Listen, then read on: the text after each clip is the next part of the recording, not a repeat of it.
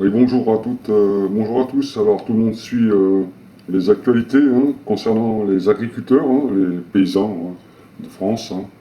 Et la situation n'est pas très très bonne. Alors, moi, le signe que je vois dans, euh, dans ces, comment dire, dans ces manifestations, c'est peut-être la fin des agriculteurs, la fin. Ils sont vraiment au bout du rouleau. Ils sont vraiment à la fin, quoi. Parce que pour faire ce qu'ils font là, c'est que vraiment ils en ont plein le dos, voilà, en gros. Alors, qu'est-ce que peut faire le gouvernement? Bon, le gouvernement, vous savez très bien, c'est l'Europe qui décide tout. On est entré dans le mondialisme, les échanges mondialistes, et tout ce qui est un peu personnel, en fin de compte, tout ce qui est un peu personnel dans les pays, ça disparaît. C'est un peu comme l'époque où on avait nos petits boulangers au coin de rue, nos cordonniers, nos marchands de couleurs, un peu comme tout, quoi. Les choses, elles disparaissent. Déjà, vous faites un tour dans les campagnes, vous allez voir, c'est un grand vide. Il y a presque plus de petits paysans, tout a disparu. Et les agriculteurs, eux, vont peut-être disparaître. Voilà. Donc là, on est à la limite, c'est le point zéro, disons. Donc, les agriculteurs, qu'est-ce qui pourrait les aider dans un premier temps? Alors, moi, j'ai un petit avis personnel.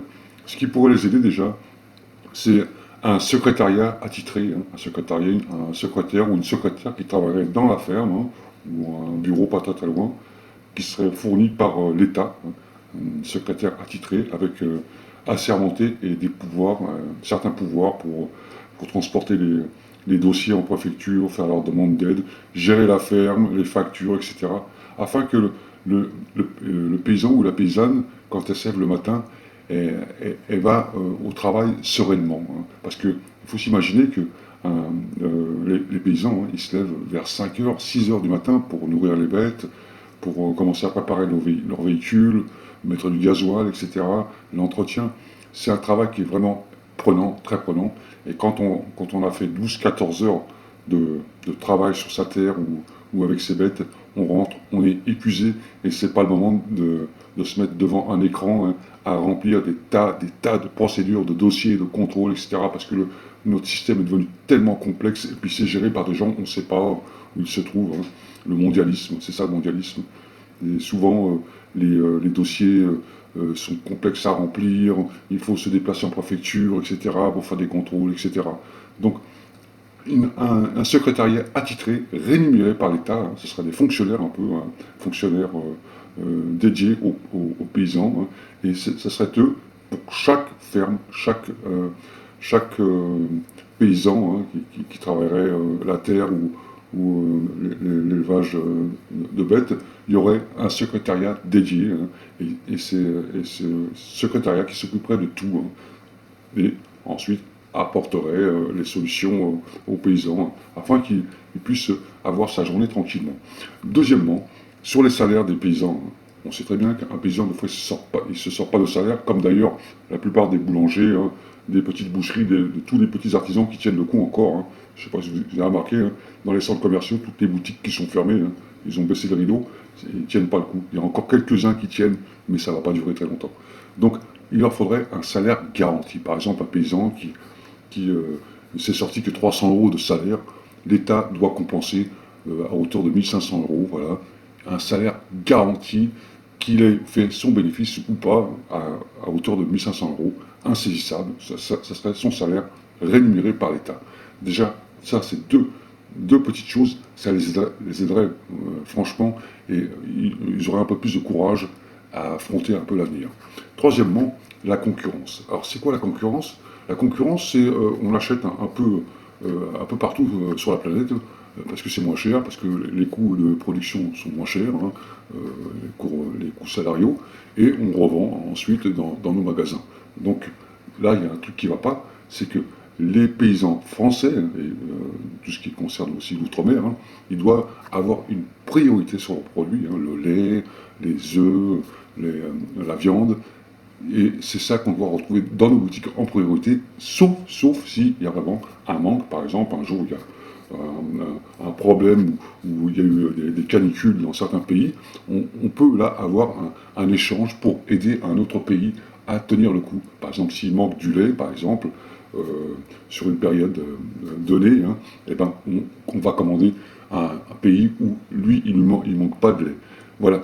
Le libre-échange, c'est pas bon. Il faut le libre aide, aidant. Le libre aidant, oui.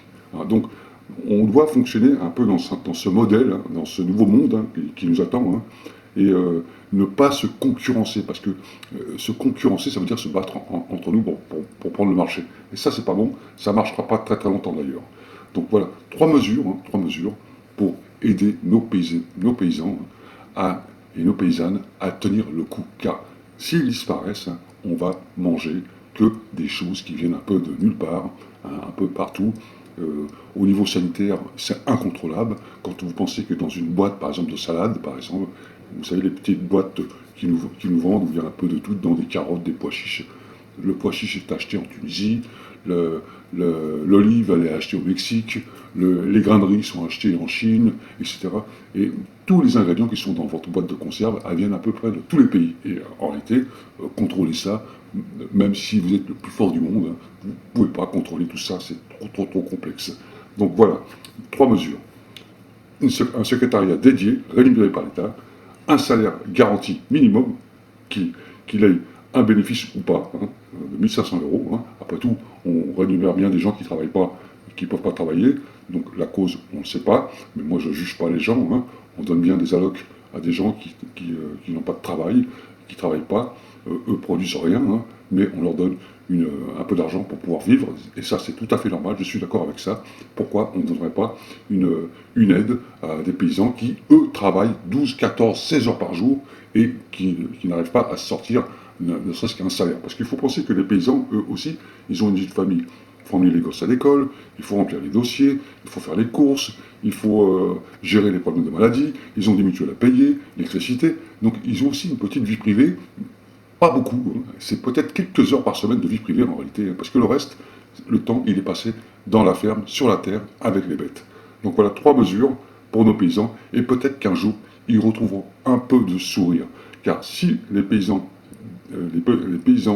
le monde paysan disparaît, hein, ça va être vraiment une de ces pagailles, et on va plus savoir quelle est la farine qui vient de tel ou tel pays, et on sait très bien que tout ça est incontrôlable. Le mondialisme, hein, en gros, le mot-clé, le mondialisme est incontrôlable.